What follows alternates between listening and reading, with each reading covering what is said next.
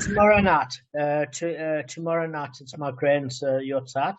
So the shiur will be on Wednesday night at 6:15, and then during the day, in a time that would be conducive for all of you when you're not seeing your niece. So I'm going to get a double one in for my grand, which I appreciate. Okay, can we start? So any other dedications for Cholim or there other is things? one request. If any of you guys have your own family Yahrzeits, you must let me know. I can't. It's hard enough remembering the Gemara names without remembering all your uncles and aunties. Dame, today is actually last night and today is my dad's Yahrzeit. I forgot to mention. Are you serious, Arthur? Yeah. I've been working. I didn't realize it. Last night and today? Still today. And mine was 2 days ago, my dad's as well. And I missed it I remember as well. the two of you. Well, listen, I tell you what, because today is Arthur's real day, Arthur's dad's real day, and yours you missed, Gav. We'll do yours as a separate dedication on purpose at a different, because we've missed the deadline of the proper sign. That's 100%. I'll buy a candle as well, and I'll do it on the same day. You're allowed to do it if you mess up. It's not ideal, but you're allowed to do it. That they tell you they advise you to select the closest day that you remember. All right. So the thing of it is, let's dedicate this one to Arthur's dad, because I can tell you something, Arthur. Your dad must be very proud of you. I've known you for decades, and I can tell you the amount of giving that you do to people and the amount of dedication you've done to the Torah learning. I'm sure your dad's very, very proud of you. And he's getting that nachas, and I know your sisters are good people, but he's getting the Yiddishkeit nachas from you. That I can assure you. So what is your dad's Hebrew name? Shmuel Matatahal. You're going to have to say it a bit slower for me, mate. Ben, Okay. Arthur, Shmuel something, Ben. Samuel Matatahal. Shmuel Matatahal. Matisyahu, you mean? Yeah, Matisyahu, Matatahal. Matisyahu, if you want to call that. Ben who? Son of... I've gone blank. Okay. I actually know it, I just can't remember it. Is it your dad, Sam? I've got a picture of him. I'd like to share it for the Yes. Wait, guys, I'd like to share it. Just give me 1 second, please. This is important to me.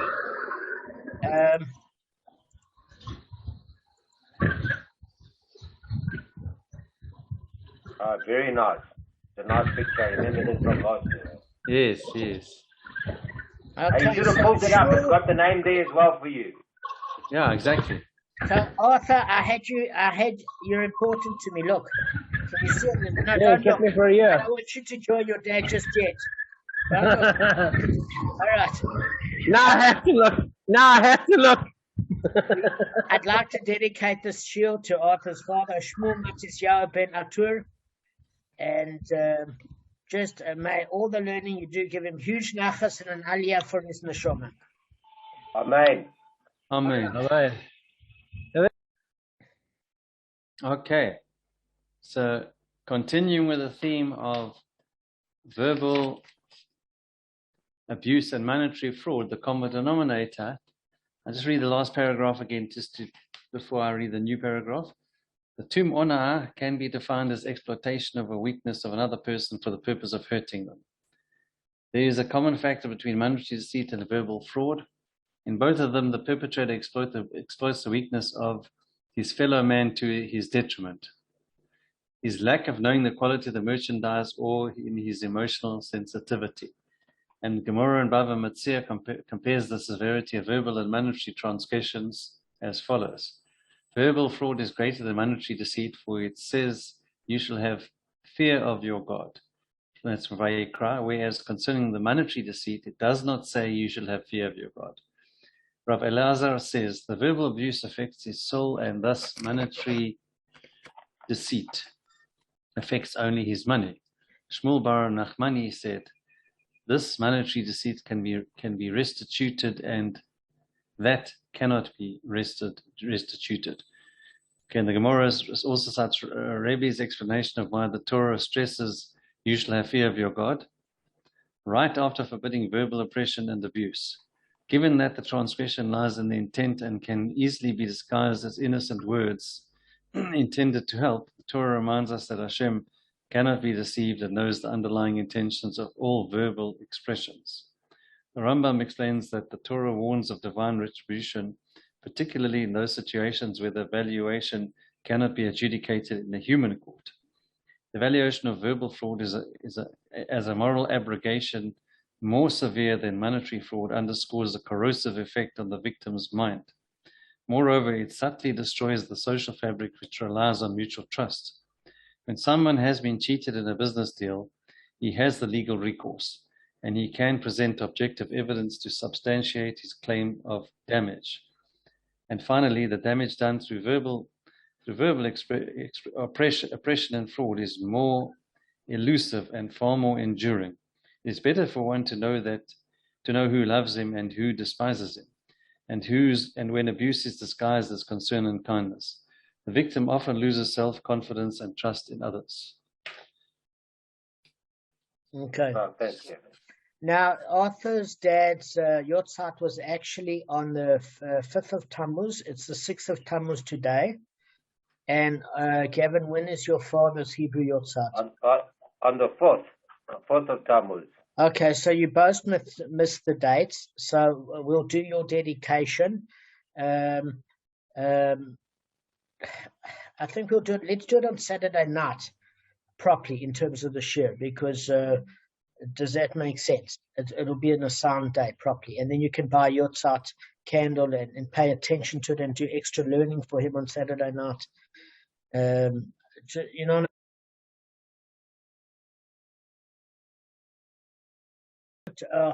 going over it again and again if you guys were all exhausted. I'm quite happy to hit the finer points of yesterday, unless you can give it over to me. Guys? There was something about Rav Yochanan and the other... I can't remember it. I think, Kevin, give it a shot. No, Kevin was exhausted. That's not fair. I saw him actually. No. At the end, I had a second wind. Gavin, you give it over. Just give it over. I'll try to give it over. Because you're the strongest last time. Okay, so yeah. Okay, that might not tie, but anyway. So they were discussing the hybrid, which is the combination of a ewe and a sheep. What's it? Yes. No, the ewe and a not sheep. The ewe is a sheep, not a. Okay. Well, it's not a pure. It's not. It's different species. A mixture. Is different species. Yeah. And also for a treifa, something about a treifa. Excellent. That if a treifa is slaughtered, that there still may be a fivefold penalty. But even though a treifa one can't get benefit from it, there's still a fivefold penalty that may be levied. And the same with a hybrid. So maybe what they were saying is that it doesn't matter if it's a treifa. The main point is that the thief stole the animal and did something with it. So maybe he should pay the fivefold. If he just returned it, then he just pays the double payment, I think. Okay. Did what with it? No, slaughtered or sold it. Okay, now that's more specific. I thought this was going to be a New Zealand documentary on sheep.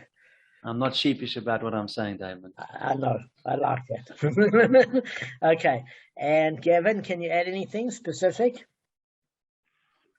Just a little bit. I'm also a bit blank, but just that with the when the animal's a treifa, that proves that when animals are treifa, you can't get benefit from it, so you can't slaughter it. If you can't slaughter it according to Reish Lachish, you can't sell it either. Excellent. So that was his argument. Then, as far as the hybrid goes, that was more for Rabbi, not Yossi. Who's the other one? Yochanan. Is it Rabbi Yochanan? Rabbi Yochanan, he likes the hybrid story because in the hybrid story, I think you can slaughter it. I think in the hybrid, you're allowed to slaughter it. So, or you're allowed to sell it. I'm not sure. It's one or the other, and that helps in his motivation. Because if you take the two, where the one you can't sell it. It's something like that. If you use the two together, it gives you one example. Okay, good. But I can't remember it. Good. All right, so let's just hit some final points. I think just clarify for us. Got a bit of brain fog. So No, but you guys are doing not bad. Okay, so let me I was just a bit give stronger yesterday, but let's give it a shot. let me just give you the synopsis of what we're dealing with here. Is that Reish Lakish has to say that that he's talking about a penalty with regards to a blemished animal outside the temple courtyard. Okay, and the reason being is because an unblemished animal in the temple courtyard, okay, you can consecrate it, but you can't sell it. And if you can't sell it, there's no 4 or 5-fold penalty. And we learned in the Mishnah that there's a 4 or 5-fold penalty. That's clear. So how does Reish Lakish answer the Mishnah? He says you can't be talking about an unblemished animal in the temple courtyard because you can't deconsecrate it. And since you can't deconsecrate it, you can't sell it. And you can slaughter it in order to consecrate it, but since you can't sell it, there's no penalty for the slaughter either, as well as the sale, because if there's no penalty that applies to the one, there's no penalty that applies to the other, as Gavin said, because the pasuk has the juxtaposition in Shemot chapter 21, verse 37. Okay? And therefore, it leaves that problem. So he has to talk then about is a blemished animal outside the temple courtyard, because that technically you can sell. It's not consecrated. And therefore, if you can sell it, there's a 4-fold or 5-fold penalty for the thief. And if you slaughter it, providing you slaughter it in a treif way, there's a 4 or 5-fold penalty. That would concur with the Mishnah. That's how the whole argument, Gavin, started, right? And then what we learn is Rav Yochanan is not necessarily saying that if there's a indemnity in terms of the 4 or 5-fold liability for the thief, with regards to a slaughter, it means there's an indemnity regarding the sale and vice versa. Why? Because if you have a look at this treifa and the blemished animal, they're in direct, conversely proving the same point. What do we mean? So, Kev, we just said that Reish Lakish said that an unblemished animal in the temple courtyard, you can't deconsecrate, therefore you can't sell it. So there's no penalty for the thief, and you can't then slaughter it, and the thief has to pay you can slaughter it, but the thief wouldn't have to pay a 4 or 5-fold penalty, Kev. Now, Rav Yochanan's this is Reish Lakish's, it's not his opinion. It's his opinion of Rabbi Shimon. That's what you've got to bear in mind. Now, Rav Yochanan's opinion of Rabbi Shimon is saying there's no correlation between slaughtering or selling, because in the case of the unblemished animal in the temple courtyard, he was saying you can't seal it and deconsecrate it if the thief does it, because there's no sale if there's no deconsecration. However, if the thief took it, not for intent of consecrating it for the original owner, but he did it for his own redemption, he's robbing the original owner of that item, and therefore owes a 4 or 5-fold penalty for consecrating an animal that the original owner didn't get benefit from.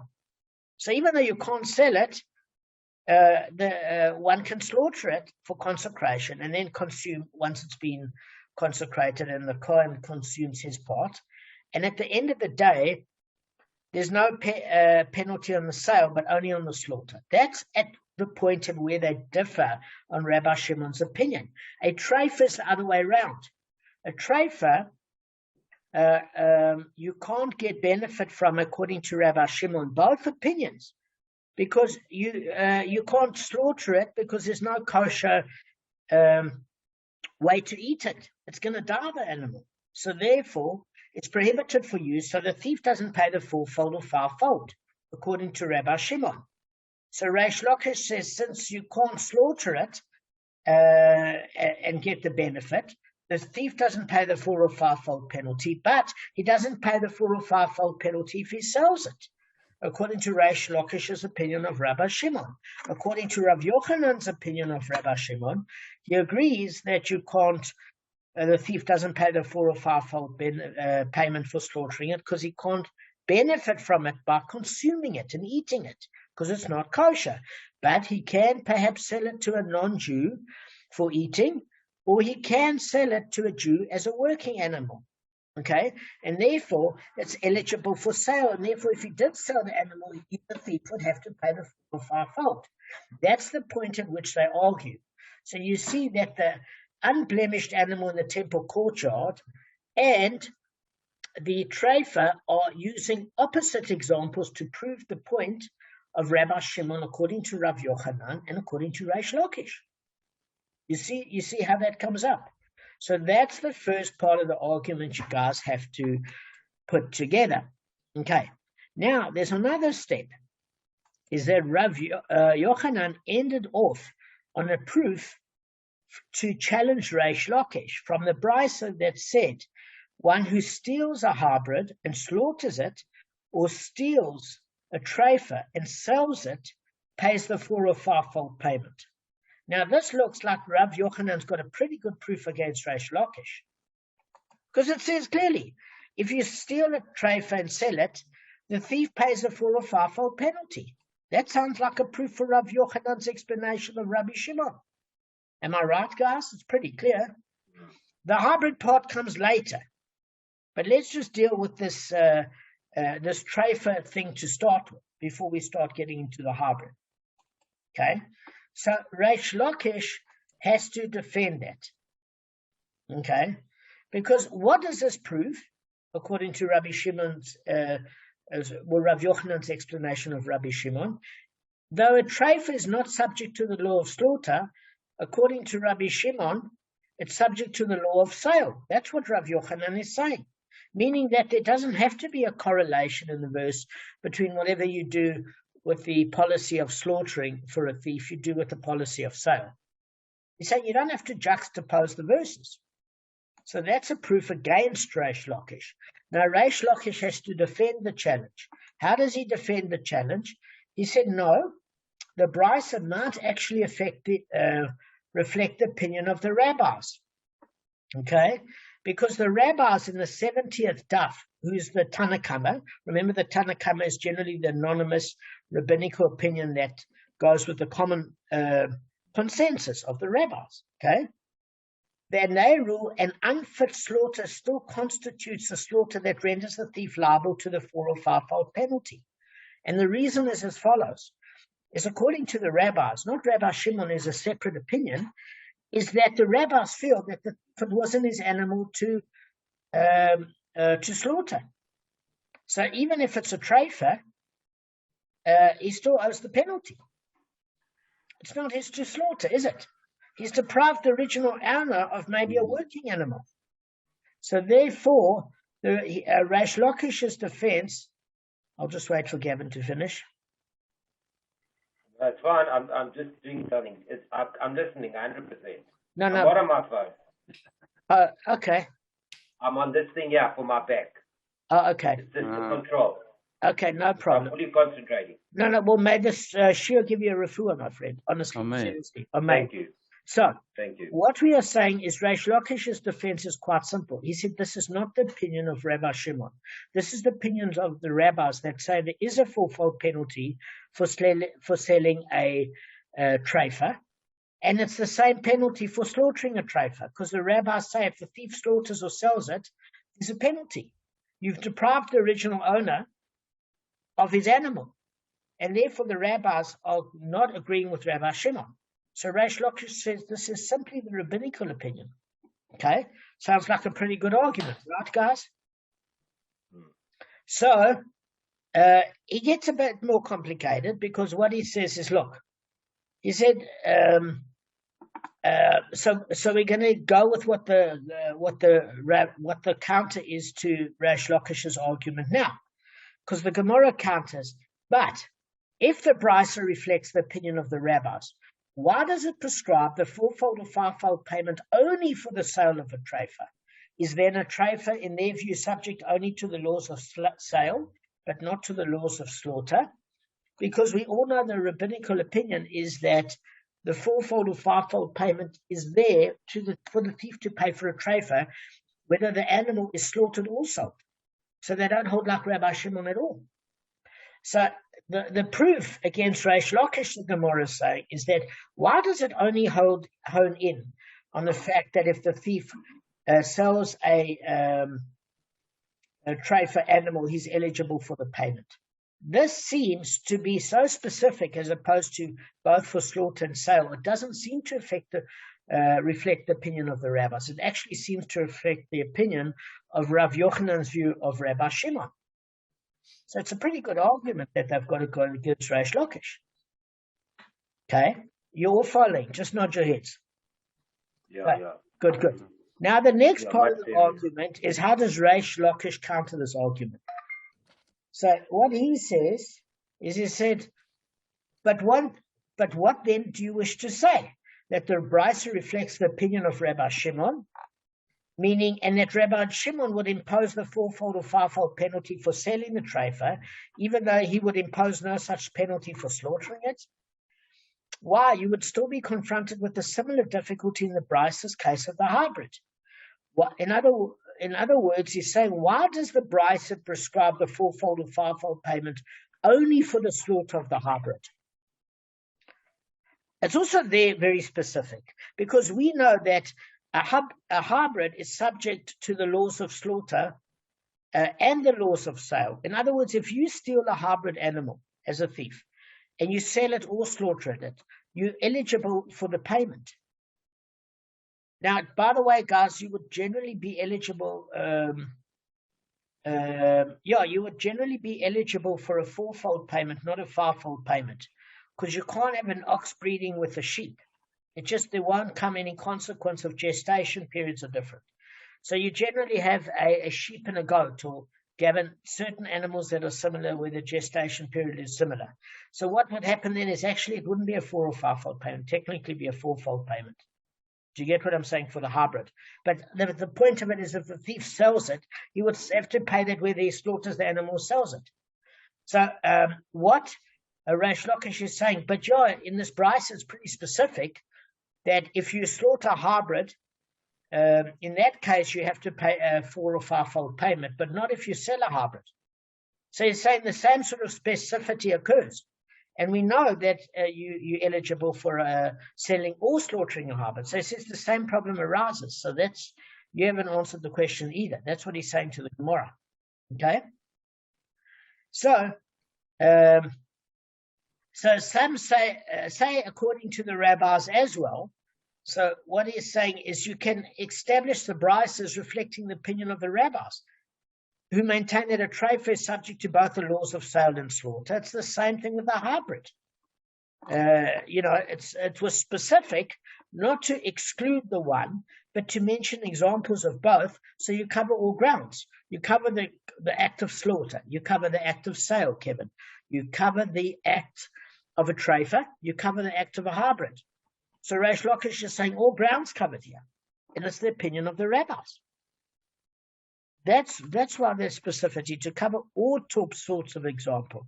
So the Gemara rejects Reish Lakish's argument, okay? Because Rav Yochanan would say to you, what kind of argument is this? If you say that the Brisa reflects the view of Rabbi Shimon, it's understandable why the Brisa stated the thief's liability only with respect to the slaughter of the hybrid, even though it applies to the sale of the hybrid as well, because since the Tana taught the thief's liability with respect to the treifa in only one case, he taught the thief's liability with respect to the hybrid in only one case at all. So what he's saying is, yes, I agree with Reish Lakish that even if you're using the view of Rabbi Shimon, you'd have to have an example of a slaughter and a sale. I get that. But the problem is, if you say that the Brisa reflects the views of the rabbis, who maintain that the fourfold or fivefold payment applies to the slaughter or sale of both a hybrid and a treifa, then let the Tana mix them and teach them together by stating one who steals a hybrid or a treifa and slaughters or sells them pays the fourfold or fivefold payment. So the Gemara concedes this is difficult for Reish Lakish to answer. So let's explain what we mean by this. So what it's basically saying is if the Brisa reflects the view of Rabbi Shimon, it could not have stated the case of a hybrid and a treifa together. Why? Because one who slaughters or sells a hybrid or a treifa pays the 4 or 5-fold payment. But one who slaughters a treifa is exempt according to Rabbi Shimon. So it had to separate the two. So with respect to a treifa, it says that the liability to the 4-fold or 5-fold applies only in the case of sale, but not in the case of slaughter. But although in the case of the hybrid, the penalty applies both to the slaughter or to the sale, either one. So it would have to maintain that symmetry, but it has to be used as a separate example. Okay? And the reason it has to be a separate example is because it has the verse and he slaughters or sells it. So the final proof that Rav Yochanan has in view of Rabbi Shimon against Reish Lakish is he said, if that it really, really was the opinion, then the Brisa could have quite easily said the word and combined the two. If one steals a hybrid or a treifa and slaughters or sells them, the thief pays the 4 or 5-fold payment. So he said, you can't say that because we know that that is not the case. Because if you want to say, according to the rabbis, it didn't work out a case where it only slaughtered, focused on the fact that there's a penalty for slaughtering and not for selling. And if you want to only focus on the rabbis and say there's a penalty just for selling the treifa and not for slaughtering, that doesn't affect the opinion of the rabbis at all, because the rabbis would have it in one statement and say there's eligibility for both the treifa as well as the hybrid for the thief to pay the 4 or 5-fold whether you sell or slaughter it. So the rabbi's opinion is clear. It's one statement. Okay? But if you're looking at Rabbi Shimon, we understand why the Brisa separated it.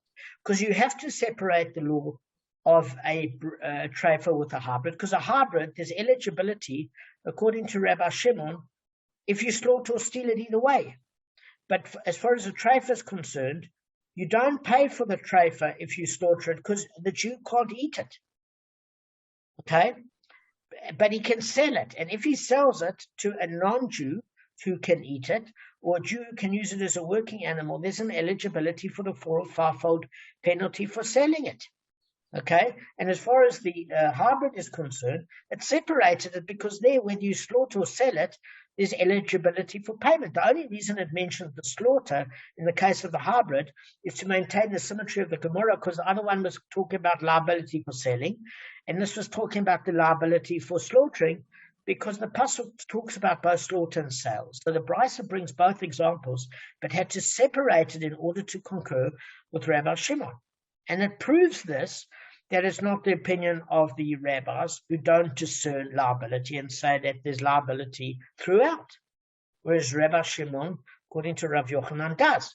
And according to Reish Lakish, there's no separation between slaughter and sale, because if it's ineligible for payment for the slaughter or sale in one case, it's ineligible in other cases, either with a treifa or a blemished or an unblemished animal in the temple courtyard. So this is a proof for Rav Yochanan's view of Rabbi Shimon, and it's very difficult for Reish Lakish to dispute it.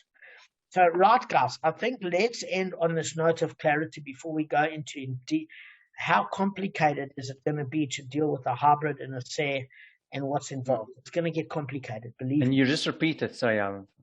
What part? Just what you just said, the last point. Okay, the last point is, are you talking about why Rav Yochanan's explanation of Rabbi Shimon is irrefutable? Is that what you want to know? Yeah, everything you said the last 2 minutes, including what Reish Lakish said. Okay, so Reish Lakish can't argue with the fact that Rav Yochanan poses a perfect question to Reish Lakish. He said, if it's expressing the view of the rabbis as you want to defend, okay, because Reish Lakish has to say it's the view of the rabbis, because Reish Lakish says whenever there's an exemption where the thief doesn't have to pay for the slaughter, he doesn't have to pay for the sale, and when he doesn't have to pay for the sale, he doesn't have to pay for the slaughter. And it uses the example of both the treifa, where the thief doesn't have to pay for the slaughter. So he said, Rabbi Shimon says you don't have to pay for the sale. And with regards to unblemished animal in the temple courtyard, he's saying that you don't pay, you can't sell it because you can't deconsecrate it. Therefore, there's no eligibility for slaughtering it. That's why Reish Lakish is talking about a blemished animal outside the temple courtyard, that there's eligibility for it. Because if it's in the temple courtyard, it's been consecrated. That's why it wouldn't be there in the first place. Yes, but you can't sell it then because you can't. Yeah, because it belongs to the temple, even if it's a treifa. Correct. It belongs to the temple there. No, we're not confusing a treifa with the unblemished animal, because they're opposite. A treifa, you can't get benefit from. You can't slaughter, yeah. But the unblemished animal, you can't deconsecrate it and get blemished benefit from the sale. Oh, so unblemished animal isn't a treifa. It's not a treifa. No, it means you can't sell it because you can't deconsecrate it. You can only consecrate it until it develops. You can only sell it when it develops a blemish. And it's it still belongs to the temple, even though it can't be. Well, it doesn't have a blemish, so it has to be consecrated. It can't be sold, and therefore Reish Lakish says if it can't be sold, the thief doesn't pay a penalty for selling it, and therefore he also doesn't pay a penalty for slaughtering it, because if you can't sell it, you can't slaughter it. He puts the juxtaposition of the two verses together. So he has to answer the Mishnah's question, and that Mishnah is saying, well, how can there be a penalty for an animal that you consecrate? So he's saying, no, it actually developed a blemish, and it was actually slaughtered outside the temple courtyard. And since you can sell it, and because it's unblemished, it's deconsecrated, it's not even consecrated, you can the thief must pay for the penalty for sale. Therefore, he also would pay for the penalty for slaughter. So it just ends off by saying that this can't be a proof for the rabbis, the brisa, about paying for the slaughter of a hybrid and the sale of a treifa, because the rabbis say that there's a penalty for the sale or slaughter of a hybrid or a treifa, and that the brisa is too specific. So that's the proof against Reish Lakish, that he can't be talking about the rabbis, and it's talking about Rabbi Shimon, who had to separate the case of a hybrid, where there's eligibility for the thief to pay for the slaughter or sale, but no eligibility for, no liability, for him to pay for the slaughter of a treifa, but merely for the sale of a treifa. And a hybrid can be consecrated? No, a hybrid cannot be consecrated at all. Because it must be a purebred animal. It must be a purebred animal. It can be eaten, but you can't actually get benefit from a hybrid. You can get benefit from a what do you call it? A descendant of a hybrid. What did we say yesterday? The offspring. Offspring of a hybrid, yeah, but not from the hybrid itself. You certainly can't consecrate it. All right, Kev, we know you've got a lesson in 5 minutes. Garth, come on the camera as a dedication to you. Arthur. Let's see you. Arthur, come on. I think we can give this over back to you tomorrow, Damon. I'm pretty confident. You can do it, Gavin. You're capable. I just want to go into a new topic. Gavin can, if you give it over to you now, that's for sure. Tomorrow I might go blank. Gavin can substitute for you. Damon, let's say you. I've got to run to this game, guys. Arthur's not coming on. Gavin, you can give the share. If Damon has to, let's say, as an arrangement, you can give the share in his place to Arthur. No, I can't give the share. You're quite capable. No, you can. You know how to do. The best time for me to give it is right now. Tomorrow, I don't know. We'll have to see. Full 30 minutes. I've got to go. I've got to run to this. Just hang on, Arthur. Come on the camera for 1 second for your dad. Just give me 1 sec, Gav. I think he's working because he's not coming on. He's working. All right, Gav. I know you got to go to Mincha Run. No, not to Mincha. I'm going to this game.